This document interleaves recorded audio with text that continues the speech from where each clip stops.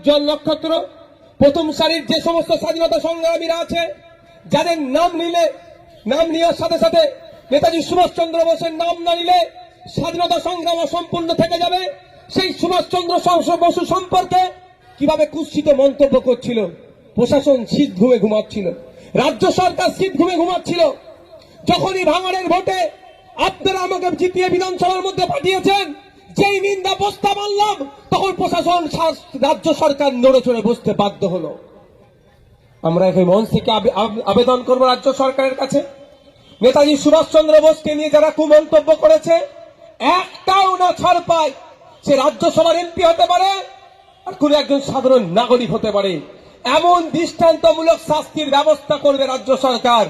আগামী দিনে আমাদের কোন স্বাধীনতা সংগ্রামী সম্পর্কে বাজে মন্তব্য করার আগে ভাববে, এটা আমরা আশা করব।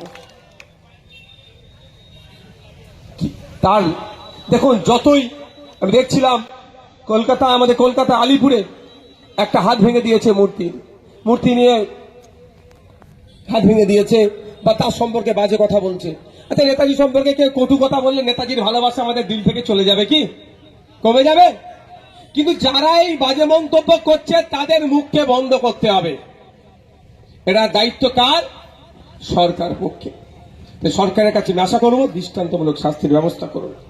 আজকে এখানে দাঁড়িয়ে আমি বক্তব্য দীর্ঘায়িত করব না, অলরেডি আমি লেটেই চলছি, মানে সব জায়গায় একটু একটু করে দেরি হতে হতে এই অবস্থা হয়ে যাচ্ছে। আমি আপনাদের একটা অনুরোধ করব, আমরা ফান্ডামেন্টাল রাইটস এর কথা বলি, মৌলিক অধিকারের কথা বারবার চিৎকার করি। আমার মৌলিক অধিকার এটা এটা এটা আমি পাবো, তাই না?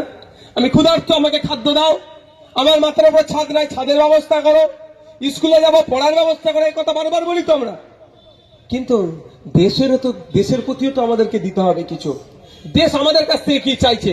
ফান্ডামেন্টাল ডিউটি চাইছে।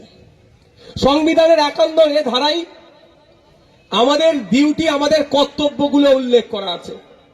তাই আজকে এই স্বাধীনতা দিবস প্রাক্কালে দাঁড়িয়ে আপনাদের বলবো, আচ্ছা, এখানে যারা আমরা দাঁড়িয়ে আছি বিভিন্ন পেশার সাথে যুক্ত, কিন্তু একটা জায়গায় আমরা সহমত, দেশ কিভাবে এগিয়ে যাবে, তাই তো ভাই? কে হিন্দু, কে মুসলমান, কে তৃণমূল, কে বিজেপি, কে সিপিএম, কে কংগ্রেস, কে আইএসএফ, আমরা হয়তো ভাগ আছি, কিন্তু একটা জায়গায় সবাই আমরা একমত হব, দেশকে কিভাবে এগিয়ে নিয়ে যেতে হবে। এখানে কি আমরা দ্বিমত পোষণ করব না। তাহলে একটা কাজ করলেই দেশ এগিয়ে যাবে।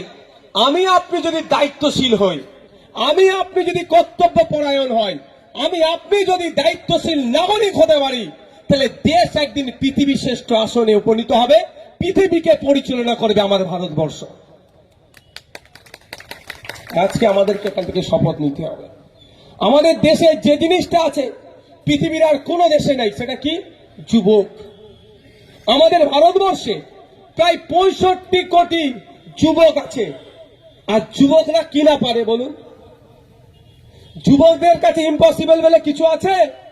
সব পসিবল করে দেবে এই যুবকরা। সেই যুবকদেরকে সঠিক দিশা আজকে দেখাতে আমরা পাচ্ছি না, এটা হচ্ছে আমাদের ব্যর্থতা।